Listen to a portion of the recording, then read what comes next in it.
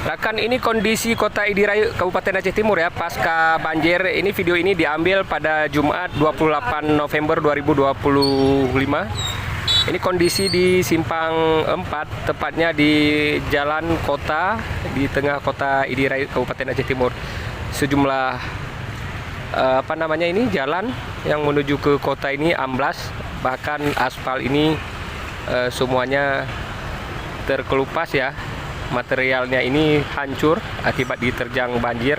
Lokasi ini salah satu lokasi yang paling parah mengalami banjir. Air di kawasan ini sangat kencang sekali yang terjadi 2 hari yang lalu, yang membuat sejumlah bangunan juga rumah milik masyarakat yang ada di kawasan ini juga dihantam oleh banjir. Sedangkan di Simpang 4 yang arah menuju ke pedalaman Kabupaten Aceh Timur dari Simpang Kota Idirai ini juga